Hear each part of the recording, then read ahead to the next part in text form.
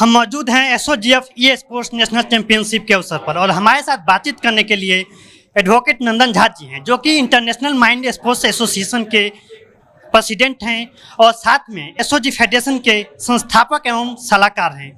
Sir, आज इतनी बड़ी नेशनल ई चैंपियनशिप हो रहा है, इस पे आप क्या कहेंगे और इसके पीछे की सोच क्या रही है? Thank you Gautam, thank you very much. सबसे पहले मैं भारत सरकार को, माननीय प्रधानमंत्री मोदी जी को, आप देख सकते हैं कि मोदी जी का जो इंटरेस्ट है ई स्पोर्ट्स के प्रति वो हमारे वेन्यू में दिख रहा है। बहुत सराहते हैं उसको, बहुत क्लोज है उनके, और उनका मानना है कि ई स्पोर्ट्स के माध्यम से केवल ई स्पोर्ट्स ही नहीं, द मेकर, क्रिएटर्स, ये सब आगे बढ़ेंगे।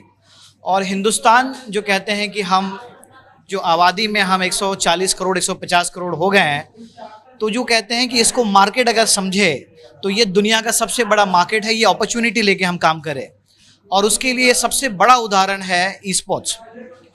प्रधानमंत्री जी और sports minister Mansukh Mandaviya ji and जो इस पूरे सूत्रधार रहे अश्वनी वैष्णव जी, इन सबको बहुत बहुत शुक्रिया, धन्यवाद कि फाइनली वो एक स्पोर्ट्स पॉलिसी लेके आ पाए, पार्लियामेंट से पास हो पाया, राष्ट्रपति की मुहर लग गई और अब ये कानून बना।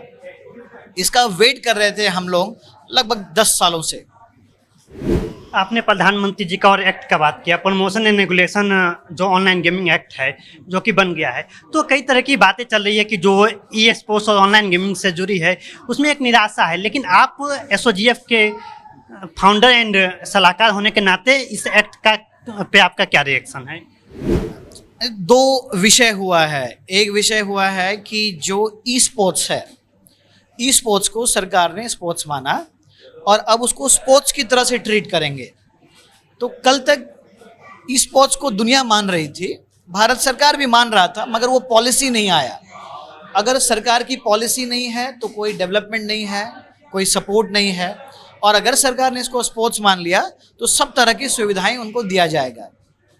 दूसरा जो माइंड स्पोर्ट्स था, जैसे I am president of international mind sports, so तो माइंड स्पोर्ट्स में वो गेम जिसमें ब्रेन की यूज होती है, माइंड यूज होता है, so the e sports also the part of mind sports.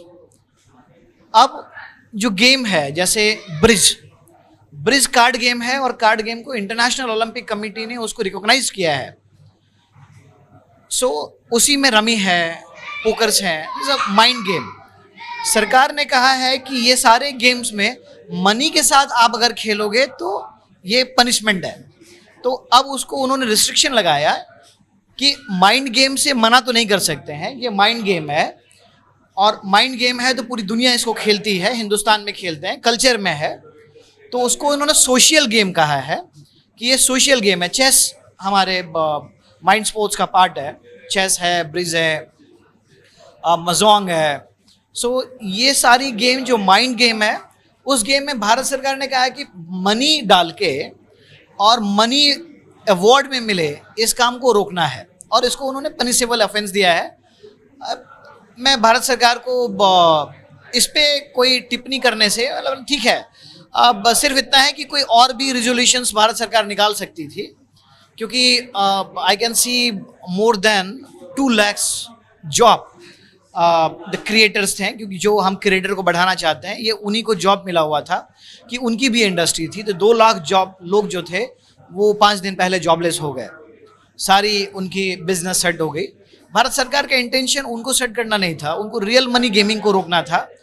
इसी माध्यम से मैं उन सब लोगों को जो रियल मनी गेमिंग में भी इन्वॉल्व है उनको कहना चाहता हूँ कि आप एक सॉल्यूशन खोजिए और इसको ई स्पोर्ट्स की तरह आप चुनिए कि आप अवार्ड में मनी ना देके अगर आप इस तरह का सेलिब्रेशंस करें, कोई दूसरा तरीका हो सकता है, हम विचार मंथन करेंगे, और अगर ये तरीका निकल सके तो ये उन जो 2 लाख लोग गए हैं जो जॉबलेस हुए हैं, उनको दोबारा से कोई चांस मिल सकता है, होप मिल सकता है।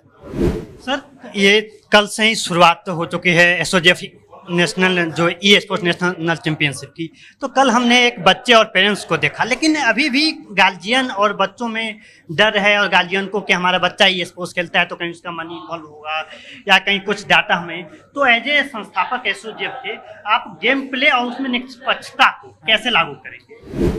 देखिए, ये ई स्पोर्ट्स जो है वो वर्ल्ड रिकॉग्नाइज्ड है। हमको प्लेटफॉर्म वो देते हैं। ये प्लेटफॉर्म जो है, ऐसे जो 10-15 प्लेटफॉर्म्स हैं वर्ल्ड में, उसी पे आगे चल के वर्ल्ड कप होने वाला है, उसी पे आगे चल के ओलंपिक इसी गेम को लेने वाला है। तो हमारे पास तो जो हमने जूरी टूर्नामेंट में हम बहुत एक्सपर्ट हो चुके हैं, एसओजी ने बहुत सारी टूर्नामेंट करा दी।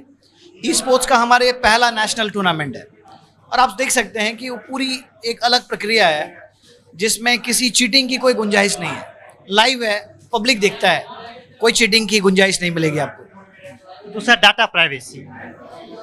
डाटा प्राइवेसी ये सरकार को देखना पड़ेगा, क्योंकि लगभग 60 करोड़ लोग ई स्पोर्ट्स से जुड़े हुए हैं। ये हमारा डेटा है।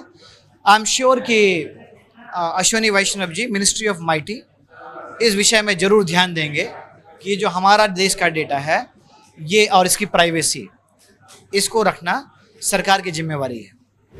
और कोई संदेश आप देना चाहेंगे जो एसओजीएफ से बच्चे खेलते हैं और उनके पेरेंट्स? मैं कहना चाहूँगा कि अब एसओजी फेडरेशन इस देश का सबसे बड़ा ई स्पोर्ट्स का फेडरेशन है। सरकार आपके साथ है, इंटरनेशनल फेडरेशन आपके साथ है। जो आज यहाँ जीतेंगे वो इंटरनेशनल टूर्नामेंट के लिए जाएंगे, भारत को रिप्रेजेंट करेंगे। अब अपने बच्चों में उनको देखें कि अगर ये प्रतिभा है, तो पहले ये एंटरटेनमेंट का पार्ट था केवल, मगर अब ये कैरियर का पार्ट है, अब ये नेशनल फेम का पार्ट है। भारत के लिए मेडल जीतने वाला क्षण आएगा, भारत के लिए इनके गले में ओलंपिक मेडल होगा, और this will not less than the Olympic medal जो इंडिया जीतता है पैरालंपिक में, और ओलंपिक एसोसिएशन जो लेके आती है इंटरनेशनल, ये उसी तरह का होगा। और मैं आपको फिर बताता हूँ कि इनका एक्साइटमेंट उस सारे ओलंपिक मेडल से कई गुना होगा। और मुझे उम्मीद है कि अगर हमारे कॉर्पोरेट कंपनी इस दिशा में आगे आए, क्योंकि ई स्पोर्ट्स को बनाना हमारे पास उतना रेवेन्यू मॉडल और लोग नहीं हैं, तो इसमें देश के कॉर्पोरेट्स को आगे आना पड़ेगा। और उनको, क्योंकि ये बहुत बड़ा बिजनेस है, दिस इन्वॉल्व $1 बिलियन, अगर वो सामने आते हैं तो देश का सुरक्षा और डेटा दोनों देश में ही रहेगा। धन्यवाद सर बातचीत करने के लिए। Thank you very much.